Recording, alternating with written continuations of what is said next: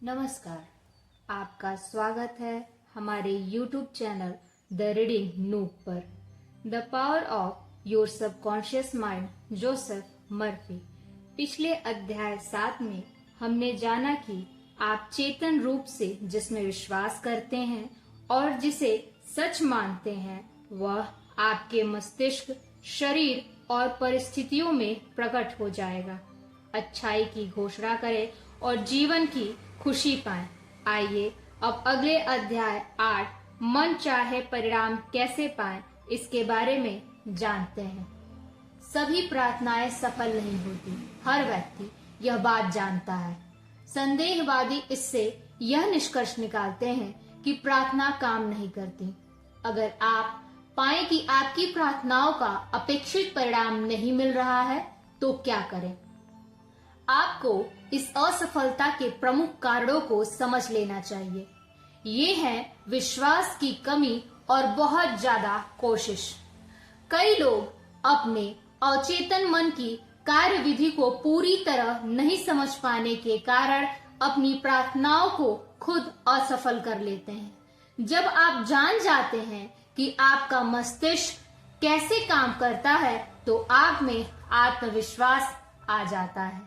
जब भी आप अपने अचेतन मन पर किसी काम को करने का दबाव डालेंगे, तो आप असफल हो जाएंगे।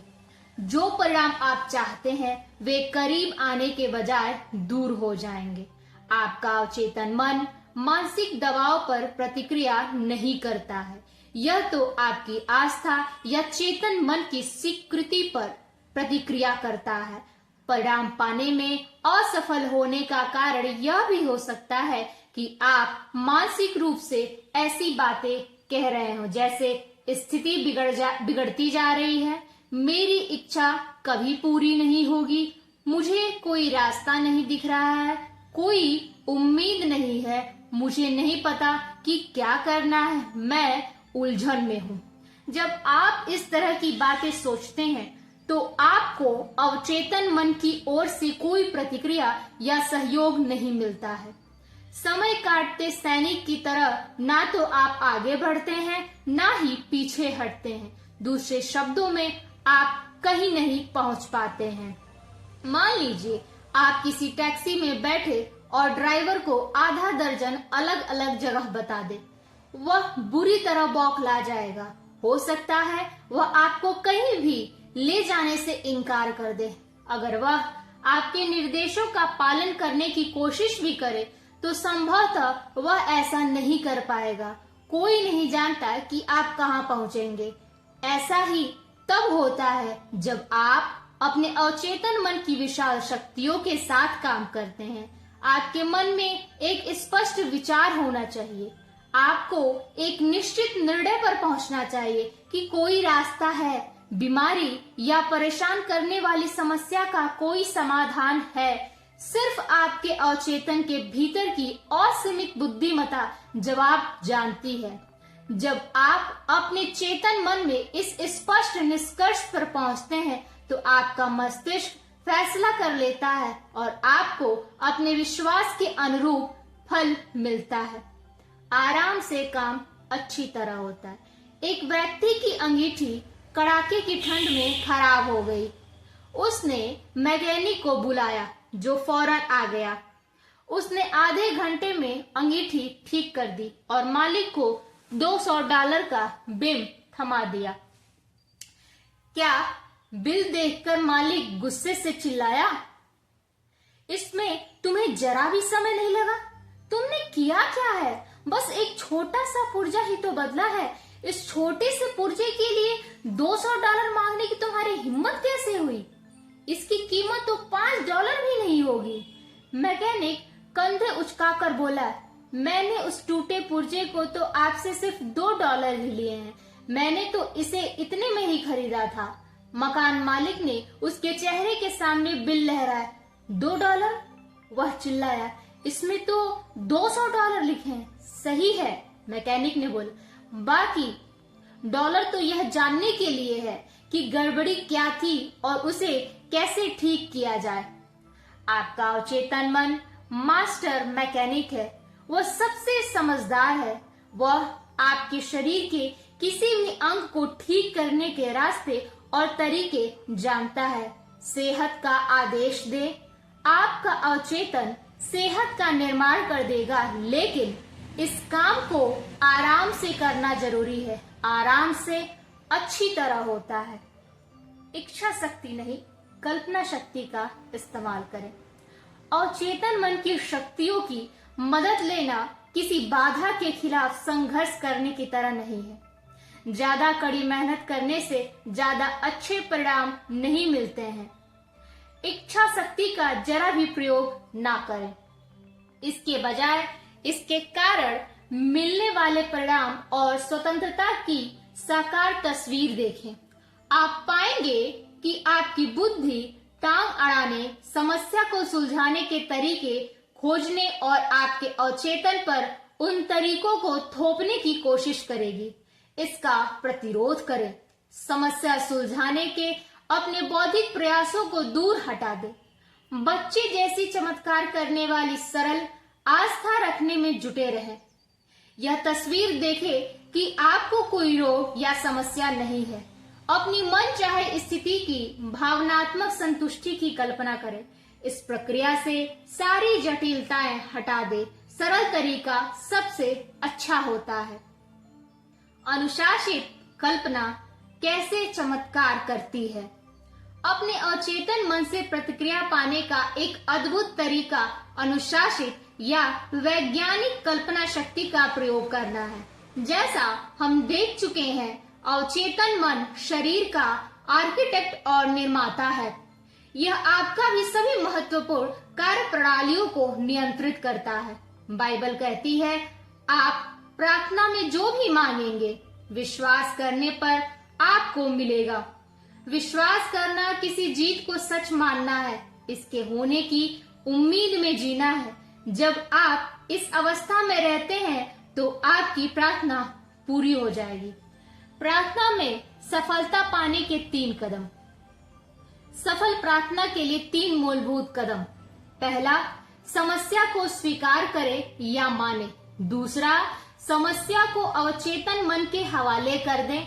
सिर्फ वही इसे सुलझाने का सबसे प्रभावी समाधान जानता है। तीसरा, गहन विश्वास की शांत अनुभूति रखें कि यह काम हो चुका है। झिझक और शंकाएं आपकी प्रार्थना को सिर्फ कमजोर करती हैं। खुद से यह ना कहें, काश मैं ठीक हो जाता, या मुझे उम्मीद है यह कारगर होगा। जो काम होना है उसके बारे में आपकी भावना से ही परिणाम तय होता है। मान ले कि आपको सामंजस्य अवश्य मिलेगा। मान ले कि आपको सेहत अवश्य मिलेगी। आपको प्रार्थना के विपरीत परिणाम क्यों मिल सकते हैं? एमाइल कुए मशहूर फ्रांसीसी मनोवैज्ञानिक हैं, जिनके अमेरिका में बहुत से प्रशंसक हैं। उन्होंने एक महत्वपूर्ण बात कही थी, जब आपकी इच्छाओं और कल्पना में संघर्ष होगा तो हर बार आपकी कल्पना की जीत होगी। वे इसे विपरीत प्रयास का नियम कहते हैं। मान ले आपसे जमीन पर रखे एक सकरे पटिये पर चलने को कहा जाए। आप बिना कोई सवाल किए ऐसा आसानी से कर सकेंगे। लेकिन मान ले वही पटिया 20 फुट ऊंची 2 दीवारों के बीच रखा हो, क्या आप उस पर चलेंगे? क्या आप ऐसा कर पाएंगे? शायद नहीं। पटिये को पार करने की आपकी इच्छा आपकी कल्पना से संघर्ष करेगी। आप कल्पना करने लगेंगे कि आप पटिये पर लड़खड़ा रहे हैं और उतनी ऊंचाई से जमीन पर गिर रहे हैं। हो सकता है कि पटिये पर चलने का आपका बहुत मन हो, लेकिन गिरने का डर आपको रोक देगा। आप अपनी कल्पना पर विजय हासिल करने या इसे दबाने की जितनी कोशिश करेंगे, गिरने का विचार उतना ही मजबूत होगा। मैं अपनी असफलता से उबरने के लिए इच्छा शक्ति का प्रयोग करूंगा का विचार असफलता के विचार को प्रबल बनाता है। मानसिक प्रयास अक्सर आत्म पराजय की ओर ले जाता है और चाहे गए परिणाम का विपरीत परिणाम उत्पन्न कर देता है। इच्छा शक्ति लगाने पर ध्यान केंद्रित करना इस बात पर जोर देता है कि आप में शक्ति की कमी है। आपका अवचेतन दो विरोधी विचारों में से अधिक प्रबल विचार को स्वीकार कर लेगा। शायद आप यह सोच रहे हो, मैं सेहत चाहता हूं, मुझे यह क्यों नहीं मिलती है? मैं बहुत ज्यादा कोशिश कर रहा हूं, मुझे परिणाम क्यों नहीं मिल रहा है? मुझे जमकर प्रार्थना करने के लिए खुद को विवश करना होगा। मुझे अपनी सारी इच्छा शक्ति का प्रयोग करना ही होगा। आपको यह एहसास करना होगा कि आपसे कहाँ गलती हो रही है। देखिए, आप बहुत ज्यादा कोशिश कर रहे हैं। कभी भी अपने अवचेतन को मजबूर करने की कोशिश ना करें। कभी भी अपनी इच्छा शक्ति द्वारा उससे अपना विचार स्वीकृत करवाने की कोशिश ना करें। इस तरह की कोशिशों का नाकामयाब होना तय है। इस तरह अक्सर आपको उस चीज की विपरीत चीज मिलती है जिसके लिए आपने प्रार्थना की है। प्रयासहीन तरीका ज्यादा अच्छा है। क्या आपके साथ ऐसी कोई घटना हुई है? मान ले आप किसी तरह की परीक्षा में बैठे हैं। आपने पढ़ाई और सामग्री की परीक्षा में बहुत समय लगाया है। आपको लगता है कि आप बहुत कुछ जानते हैं, लेकिन परीक्षा में कोरी कॉपी को देखने पर आप पाते हैं कि आपका दिमाग तो उससे भी ज्यादा कोरा है। विषय का सारा ज्ञान अचानक आपका साथ छोड़ गया। आपको एक भी प्रासंगिक विचार याद नहीं आता है। आप अपने दांत भींचते हैं और अपनी सारी इच्छा शक्ति का आवाहन करते हैं, लेकिन आप जितनी ज्यादा कोशिश करते हैं, ज्ञान उतना ही ज्यादा दूर पहुंच जाता है। कुंठित होकर आप परीक्षा कक्ष से बाहर निकल जाते हैं। मानसिक दबाव कम हो जाता है। जिन दबावों की आप कुछ मिनट पहले तक इतनी बेताबी से तलाश कर रहे थे, अचानक वे अपने आप दिमाग में प्रवाहित होने लगता है। आप उस विषय को जानते थे, लेकिन तब नहीं जब आपको उसकी जरूरत थी। आपकी गलती यह थी कि आपने याद रखने के लिए खुद को मजबूर करने की कोशिश की। विपरीत प्रयास के नियम के अनुसार इससे सफलता नहीं बल्कि असफलता मिली। आपको उसका ठीक विपरीत परिणाम मिला जो आपको चाहिए था या जिसके लिए आपने प्रार्थना की थी।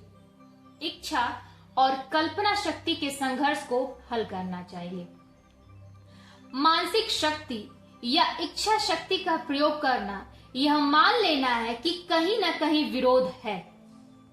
बहरहाल, विरोध की कल्पना करने से विरोध उत्पन्न हो जाता है। अगर आपका ध्यान मनचाही वस्तु को हासिल करने की बाधाओं पर केंद्रित है, तो इसका मतलब है कि यह आपके मन चाहे परिणाम को हासिल करने के साधन पर केंद्रित नहीं है।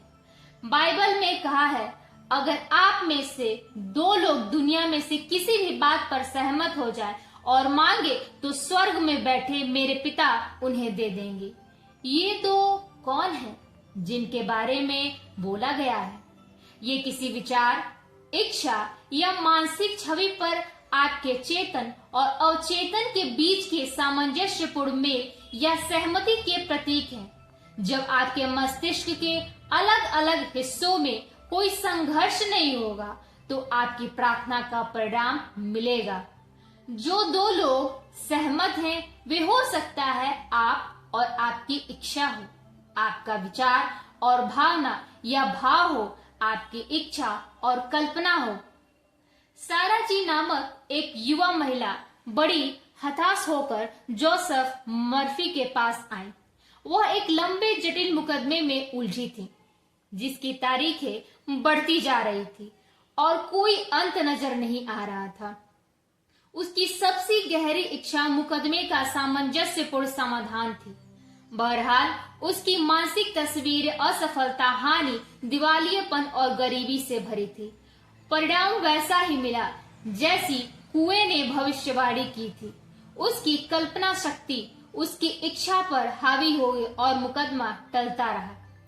मेरे सुझाव पर, यानी जोसेफ मर्फी के सुझाव पर, सारा हर रात सोते समय खुद को उन्नीदी निष्क्रिय अवस्था में ले जाती थी और अपनी समस्या को सबसे अच्छी संभावित अंत की कल्पना करने लगती थी।